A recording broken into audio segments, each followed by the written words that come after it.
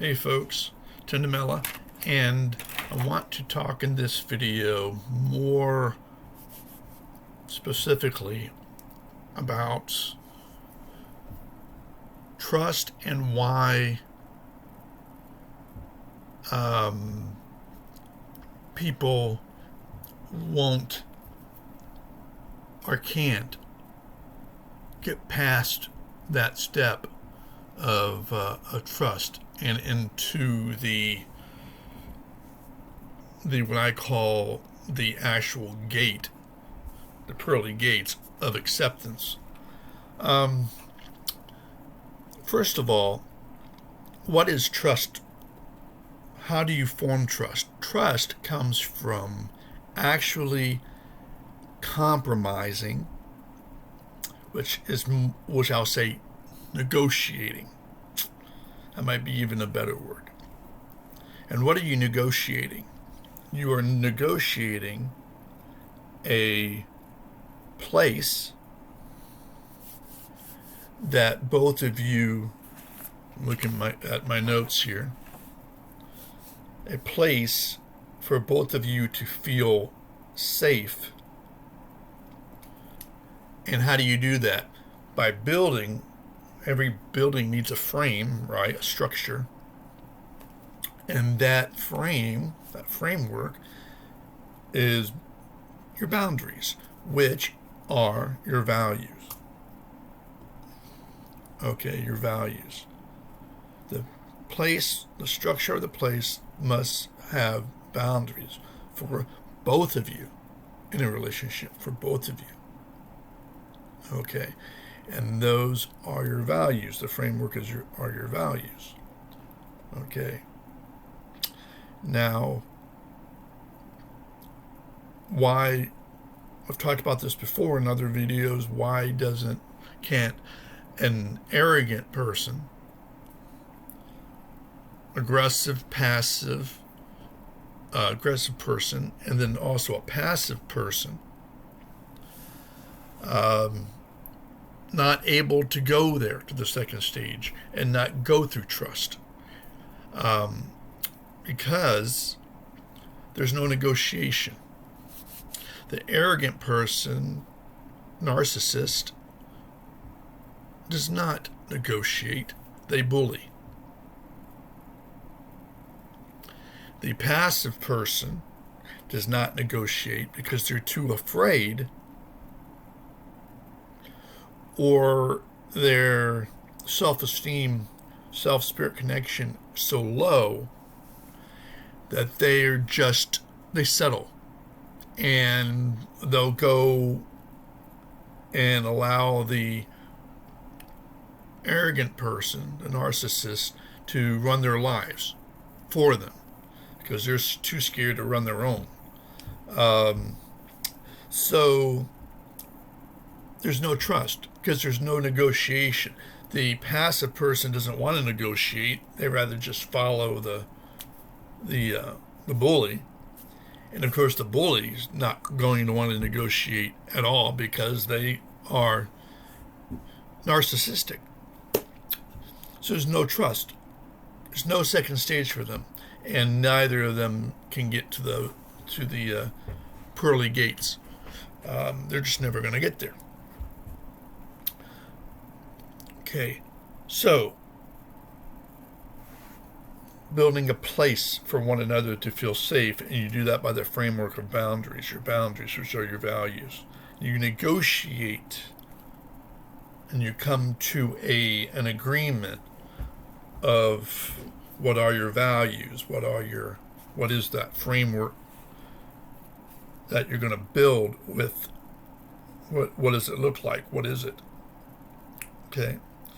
And then not only that, but then you have to have enough space within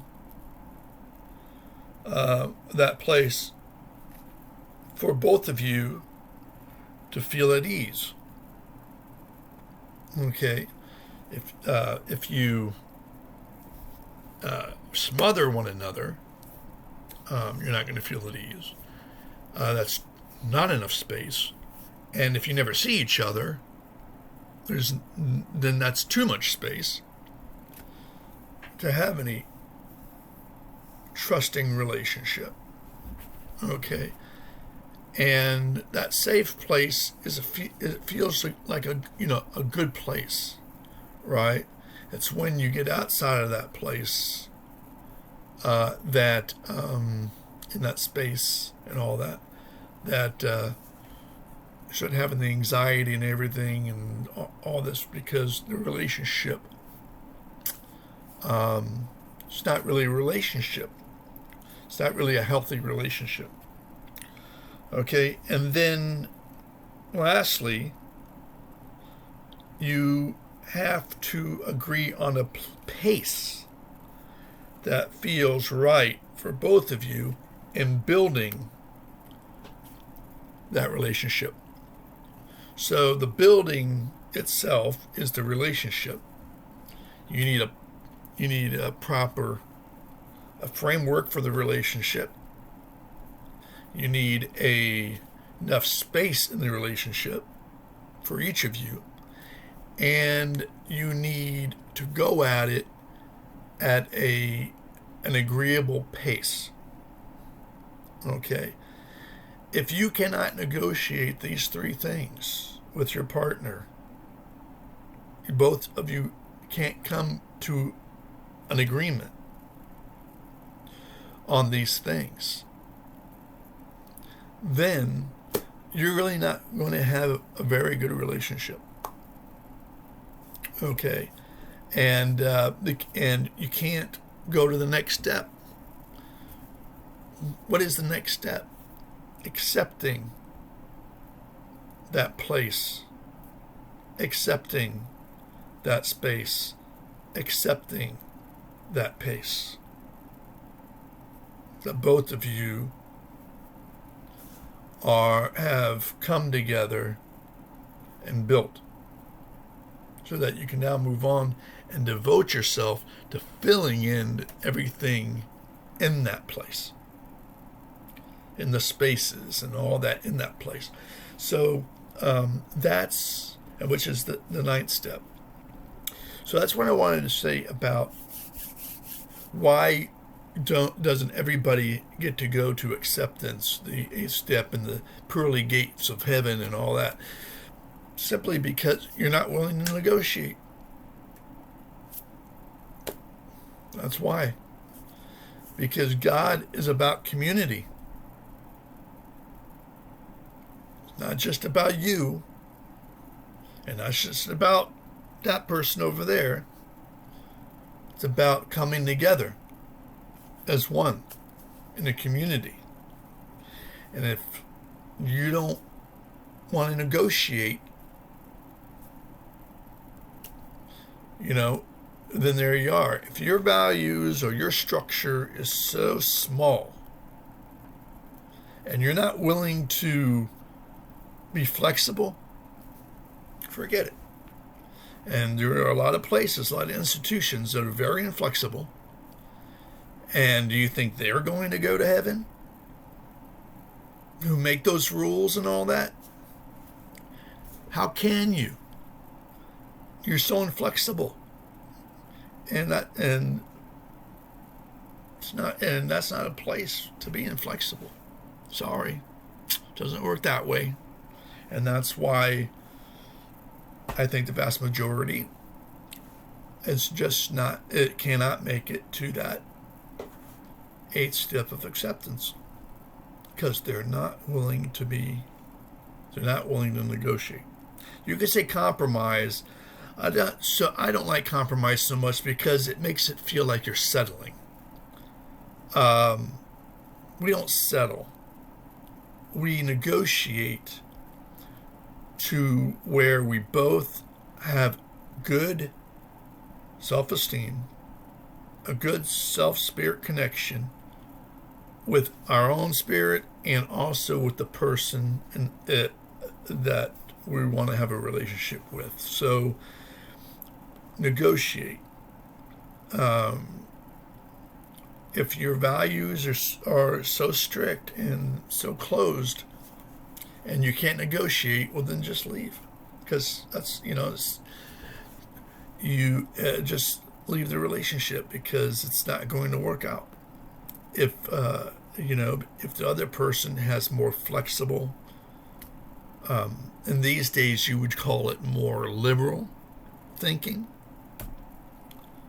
and you are a more conservative person, and you're inflexible to expand in a more liberal way, then you're in the world and you're going to stay there, and the world as you know it's going to erupt. Okay? The other way too, if you're liberal and you're not willing to be a little bit more conservative, then you are being inflexible. So trust comes with negotiating the conservative to expand to be a little bit more liberal, and the liberal to, if you want to say expand or decrease, whatever you want to, however you want to do it, so that there's at least a part. This is called a Venn diagram. So there's at least a part right in the middle where both of you overlap. Okay, and you can call the right part me, the left part the other, and the middle part we. And we is where it's at. We is what's going to get you into that 8th step. Okay, so that's why. So I just wanted to tell you that. Okay, talk to you later. Love you. Bye.